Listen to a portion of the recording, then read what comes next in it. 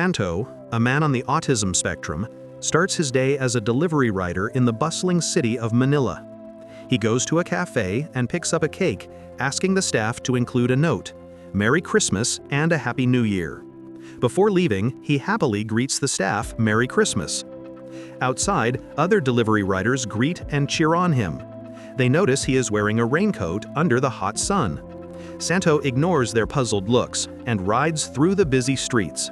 Soon, rain falls, and he recalls the forecast's 70% chance. He reaches the delivery address and hands over the cake. He takes a photo for proof of delivery, satisfied that his task is complete. Then, Santo heads to a boxing training center to deliver food. The boxing coach, who placed the order, notices him immediately and asks why he hasn't been visiting the center lately. Some of the trainees approach, curious, and ask the coach if Santo is the special guy he's talking about. The coach explains that Santo's father used to be his coach, and that Santo once worked at the center as a sweeper. He points out that after the pandemic broke out, Santo found a new path as a delivery rider. One of the trainees decides to spar with Santo. He relentlessly presses Santo, landing heavy blows, knees, and kicks showing no mercy. Santo tries to keep up, but the trainee's attacks are overwhelming. Santo glances at a poster of his late father. A memory surfaces. His father training him, guiding him with firm yet gentle hands, reminding him to fight back if anyone tries to hurt him, because the world isn't always kind to special people like him. Santo snaps back into focus and faces the trainee with determination. With all his strength, he counters the attacks, landing precise blows and finally pins the trainee to the ground. The trainee struggles but cannot break free. Breathing heavily, he taps Santo's shoulder and declares defeat. Realizing the time, Santo checks the clock. It's already past lunch. Without saying a word, he picks up his things, snaps a photo of the coach for proof of delivery, and rushes out of the center. Before heading home, Santo drops by a small store to visit Aling Maring, his kind neighbor who often looks after him. He gives her a Christmas gift. Her face lights up with joy as she thanks him. Santo smiles, nods, and continues on his way. Nichelle greets him with a smile, and Miro, his young surrogate son, runs up to him excitedly. Santo joins Miro on the floor, and the two play together for a while. During lunch, Santo announces that they will go to the theme park on New Year's Day. Miro jumps with joy, clapping his hands and very excited. Nichelle smiles, but she looks uneasy, as if something is weighing on her mind. That night, Nichelle hands Santo some money for his daily expenses. He shakes his head, refusing, but she insists. After a pause, she finally gathers the courage to speak. She tells Santo that she has accepted a job offer as a nurse in New York, and that she and Miro will be leaving right after New Year's Eve. Santo sits motionless as the words sink in. He starts hitting his head with his hands. Lost in confusion and pain, he turns and walks away, his eyes welling with tears. At home, Santo spends the whole evening sitting by the table working on a jigsaw puzzle. Miro invites him to eat dinner, but Santo doesn't respond. Nichelle gently tells Miro to give Santo some space. With a heavy heart and little motivation, Santo continues his work, doing deliveries even on New Year's Eve. The next day, Nichelle is busy packing their things for their departure later at night. Santo approaches her and asks if he and Miro can spend the day together for the last time, but Nichelle declines, explaining that she promised to visit Miro's grandmother before leaving. Feeling dejected, Santo slips out of the room in silence, leaving Nichelle and Miro to continue their conversation. That day, Santo is surprised to see Miro, waiting for him at the delivery rider's waiting bay. Miro runs up excitedly and invites his dad to go to the Time Zone Arcade Center and have ice cream afterward. Upon entering the arcade, both of them light up with excitement. They spend the afternoon playing arcade games and simulator rides, laughing and cheering as they compete against each other. While happily playing, Miro notices a girl watching a bowling game. He quietly gives her some credits so she can play. A little later, the girl is taken away by her father and nanny, and Miro watches as she breaks down. While eating ice cream, Miro suddenly tells Santo that he will miss him when they leave. He tries to reassure him, saying that in the US he can study at a better school and finally be with his biological father. Miro hugs him and says that Santo is his dad and no one else. Before leaving, Miro asks Santo to take some selfies together for remembrance.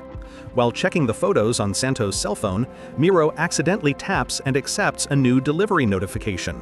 They decide to go ahead with the delivery together. They reach an old, weathered compound. A man steps out to meet them, looking puzzled. Santo explains that they're delivering food for a Mr. Ben Marquez. The man takes the food and tells them to leave. The man notices that Santo and Miro are following him and turns around, telling them to go back. Santo keeps repeating the cost of the order, 240 pesos. Annoyed, the man pulls out his wallet, takes the money, and hands it over grudgingly. Just as the man thinks it's over, Santo asks for a photo as proof of delivery. As they pose for the picture, sudden gunshots erupt in the distance. A shootout breaks out behind them, and without realizing it, Santo's phone captures the moment. Panic sets in as Santo and Miro scramble to get out. The leader of the gang, Rodin, spots them fleeing and orders his brother, Arnel, and his men to chase the two and destroy the cell phone before they escape. Santo and Miro reach their motorbike and quickly start the engine.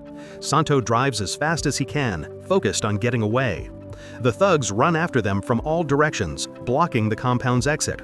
With no clear path out, Santo turns sharply and drives into an old, worn-down building inside the compound, unsure of where it will lead, but desperate to find a way to safety.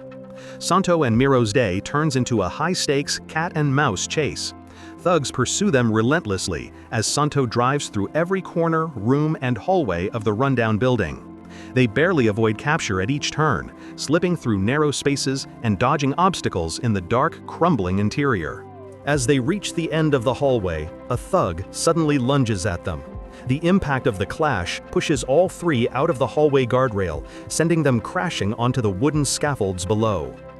Santo wakes up from the fall, his body aching.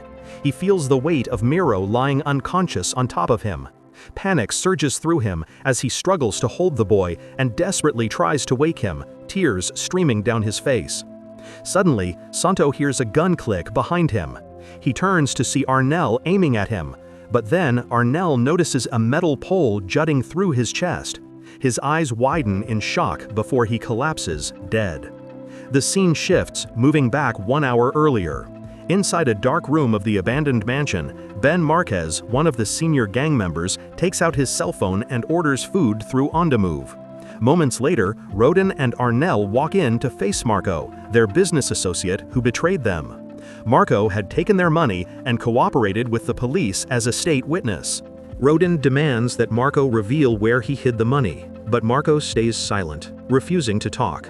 Frustrated and angry, Rodin turns his rage toward the two police officers who were also captured. To pressure Marco, he beats them brutally and kills them in front of him, hoping fear will make Marco confess. Shocked by the brutal killings, Marco finally breaks down and tells Rodin that he will talk. He asks to be untied.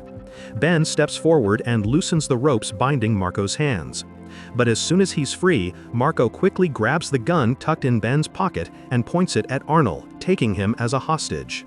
In the chaos, gunfire erupts. Marco shoots at the thugs as he tries to escape.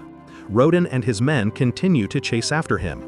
When Marco finally reaches the main door, Rodin raises his gun and fires. The shot hits Marco, and he falls to the ground, motionless.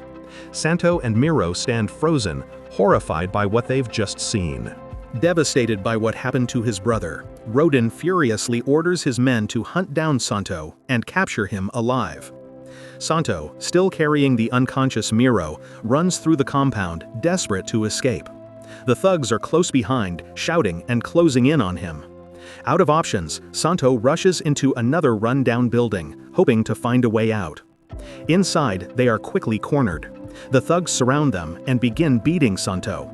But despite his exhaustion, Santo fights back with everything he has. Using his strength and training, he defeats them one by one. When the fight ends and the thugs are down, Santo looks around for Miro, but he's gone. Panic sets in as he calls out for the boy. Unbeknownst to him, another thug has taken Miro and handed him over to Ben for safety. Santo continues to wander through the building, calling Miro's name again and again. His voice echoes through the empty halls. Every corner he checks and every room he enters shows no trace of the boy. As Santo moves through the hallway, one room catches his attention. Inside the dirty old room is a table covered with an unfinished jigsaw puzzle. The sight stops him. His eyes widen and a sudden wave of excitement rushes through him. Without thinking, he walks in, closes the door, sits down, and starts putting the pieces together. While Santo is absorbed in the puzzle, a thug suddenly charges at him. He fights back instantly, then collects the fallen puzzle pieces and returns them to their rightful spots. The thug, still furious, kicks the table hard, sending the puzzle flying and breaking it apart completely. Something snaps inside Santo. He becomes enraged and attacks the thug with full force, landing heavy punches and kicks until the man can no longer fight back. Santo looks at the mess on the floor, then quietly returns to gather the pieces again, determined to finish the puzzle. Meanwhile, back at home, Nichelle grows increasingly worried. Santo and Miro still haven't returned, and the hours drag on. Miro's biological father, Bernard, is also growing impatient. In the old mansion, Santo finally finds Miro sitting on the floor, still unconscious. He kneels beside him, calling his name over and over. Slowly, Miro stirs, blinking and groaning. Relief floods Santo's face as he quickly unties the boy. Suddenly, Ben appears before them. He calls out, asking them to come with him, suggesting he wants to help. But Santo, still unsure of Ben's intentions, panics. He grabs an oxygen tank and throws it at Ben. Ben loses his balance and fires by mistake, hitting another tank. It explodes violently, shaking the room and scattering debris everywhere. Roden charges into the blasted room, scanning the wreckage with frantic eyes, but there's no one in sight. Santo and Miro crouch inside a large metal container, barely breathing. Roden finally turns and leaves the room in frustration. Santo pulls out his cell phone to call for help, only to find there's no signal. Still inside the abandoned building, Santo spots a small kitchen, with a window they can escape through. When Miro looks down, he panics. The drop is several floors high. Santo gently holds his face, reassuring him that he can do it, that all he needs is a little courage to face his fears.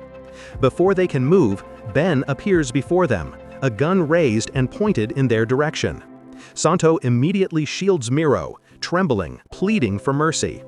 Ben stares at them for a moment, his expression softening. Without a word, he turns and walks away, leaving them both shaken but unharmed. With determination, Santo and Miro manage to climb down to the ground floor. They immediately run toward the open field outside the building. Just as they think they're safe, a group of thugs spots them and starts chasing them. Panic sets in. They run back into the building. But before they can find a place to hide, the thugs catch up and attack. When one of them shouts that Roden already has the boy, something inside Santo snaps. Enraged, he fights back with a strength he's never shown before. Santo, bruised and breathing heavily, stumbles out of the building to search for Miro once more.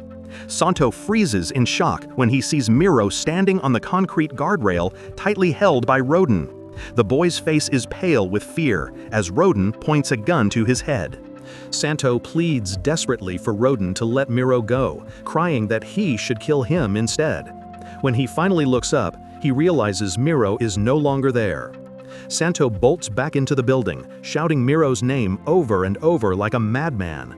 Suddenly, Roden appears from the shadows and fires his gun. Roden charges at him, and the two collide in a brutal fight. They trade powerful punches and kicks, slamming each other against the walls and onto the floor. Both men are skilled, neither willing to back down. Meanwhile, Aling Maring and Nichelle catch a news report about an on-the-move writer who inadvertently photographed a murder inside an abandoned mansion. Shockingly, Santo and Miro appear in the picture. Back in the abandoned building, Santo and Miro finally reunite. They rush toward the exit, trying every door they come across, but each one is locked. Finally, they reach a metal gate at the end of the hallway. Roden, wounded and struggling to move, follows them.